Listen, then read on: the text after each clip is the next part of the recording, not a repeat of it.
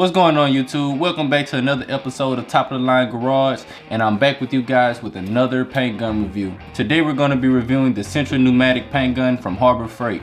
This gun is about $69 at Harbor Freight. It's an HVLP paint gun. It came with a 1/4 tip. To me, I like the gun. It's not a very great gun, but it's good for the DIY guys who have a project that they want to do for themselves and don't want to spend a lot of money on a name brand paint gun. This gun is a solvent-based paint gun. I used it to spray clear coats, base coats, and I also used it for single stage paint jobs and enamel-based paints. This gun has a 28 PSI max. It came with this air cap. I didn't really like the air cap. The atomization wasn't very good, and the air cap kept getting clogged. So I used the air cap from another one of my paint guns, and now the paint gun works fine. Gun setup, like I always say in my other videos, is key.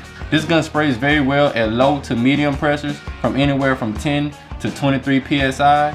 Anything more than 23 PSI, you have a lot of overspray, not much material hitting the panel, and you won't like the results. The main thing about this gun is you have to keep it clean. You have to keep the air nozzle clean. Don't let any trash get in this gun, and every time you use it, make sure you wash it thoroughly. One thing I don't like about the gun is that it's very heavy, especially when you have the cup full of material and any other devices added to it. If you're a DIY guy and you're gonna purchase this gun from Harbor Freight to use on your personal projects at home, this is a great gun. You'll get a great finish. Make sure you stick to that 75% overlap. Also, I'm gonna make another video on how to disassemble this gun and clean it before you use it, because this gun comes with like a locking gel on the nozzle, and we have to get rid of that before we use the gun. If you do not do that, you're gonna have solvent that breaks down that material, and it's gonna end up on your panel, and you're gonna get a bad reaction, and you won't be happy with the outcome. This has been another paint gun review from Top of the Line Garage. Thank you guys for watching. Leave any questions, comments, or concerns down. I'll be more than happy to respond to you guys.